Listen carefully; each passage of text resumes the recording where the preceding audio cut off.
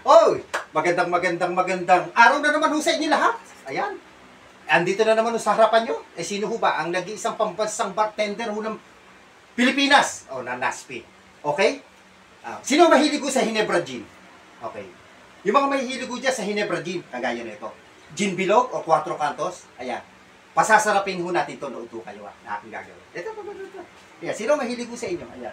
Kasi marami ho ako nakikita. Yung mga nag-mix ho ng Gin Bilog, Hinebra, Cuatro Cantos man. Oo, nakita ko sa mga social media, sa TikTok man, o saan ho ba yan, dito sa Facebook man, o saan man, sa YouTube, sa blind.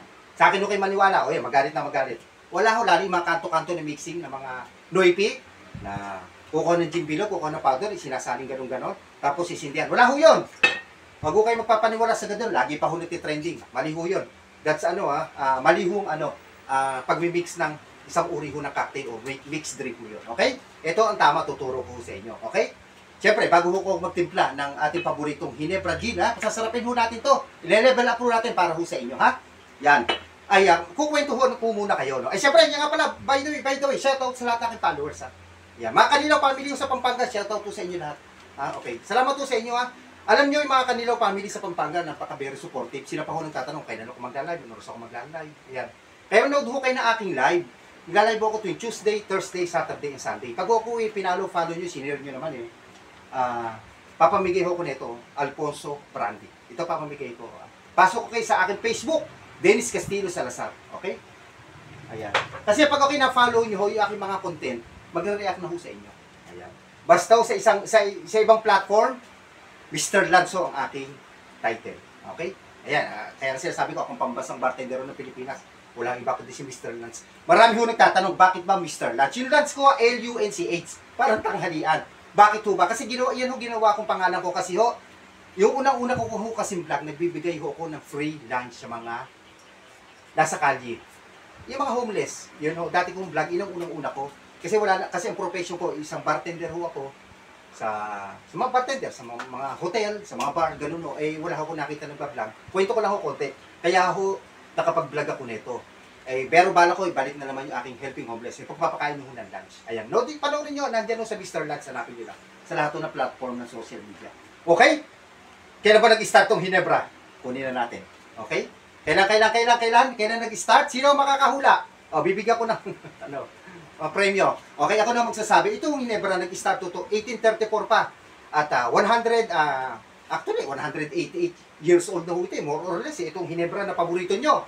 Ito. Okay. Pero alam niyo ba ang unang-unang distillery ng gin sa Pilipinas ay matatagpuan natin sa Quiapo, Manila. Wala ho kong idea kung yan ay bukas pa. Kaya yung mga taga Quiapo, Manila, ang tatrabaho dyan sa distillery ng gin sa Quiapo. Comment down below naman ho kayo na, Mr. Lance, bukas pa kami, nag-ooperate pa. Okay? Para malaman natin.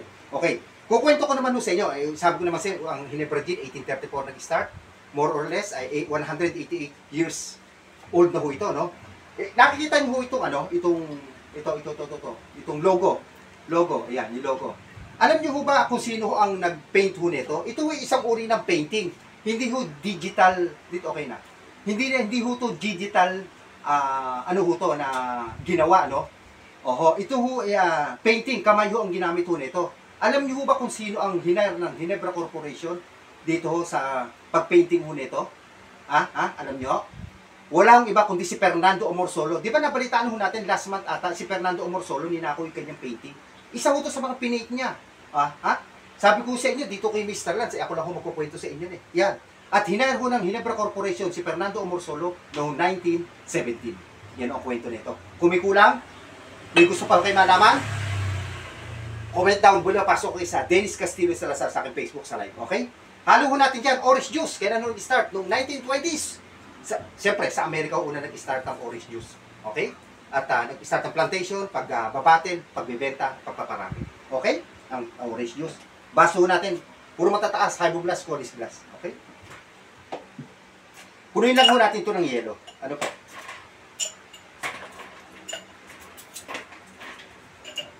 Ito, ito kayo na aking mga ginagawa. Yung mga mahilig uminom. Marami ho kayo matutunan dito. Hindi purong marites. So, bakit ito yung mga marites na pinapanood natin, ha? Ito, mixing, marami ho tayo matutunan. 2 jiggers. Whoop! Yan, depende ho sa inyo kung dami ano gusto nyo. Yan. Orange juice. Lagyan ho natin. Yan. Level up po natin itong Ginebra Gin na paborito nyo. Yan. Ikutin lang ho natin. A quick stir. That's enough. And then, siyempre, lagyan ho natin ng lemon. Mas masarap. Yan. Twist. Bagsak. And then, lagyan ho natin ng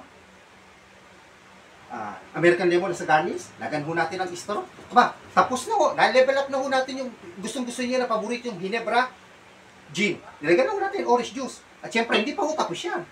Pagsakan lang ho natin ng grenadine syrup. Grenadine syrup po, wala hong ano to. Wala hong alcohol based to. Papakulay. Tingnan nyo. Yan. Kaya nga sinabi ho natin, ile-level up ho natin yung Ginebra Gin na paborito niyo. O, yan. Ang tawag ko na po dyan, Ginebra Sunrise. Ayan o, ayan. Ang ganda ho, o. Saan pa ho kayo? O, i-mister na sila pumapapanood yan, di ba? Yan, ang ganda ho, o. Ayan, kung iinom ho kayo lagi ng mga ginagawa nyo sa kanto-kanto, di ba? Maganda na ho, parang pagkain, pagka maggagawa ko tayo, yung may presentation, may mga garnish-garnish. Ito, parang ho sa inumin, ganyan din. Mas maganda sa paningin, mas masarap. Okay? Ayan. Mga mahilig ko sa Ginebra Gin, ha? Ginebra na po ni Mr. Di paano? Abangan nyo na lang aking susunod na content, aking mga gagawin, aking mga ipopost. Pasok ko kayo sa Dennis Castillo Salazar. Ayan. Yan ako nagla-live every Tuesday, Thursday, Saturday, and Sunday. Okay? Ako ang pambansang bartender ho ng Pilipinas. Walang iba kundi si Mr. Lance. Drink moderately, lagi yung sinasabi. Bye-bye!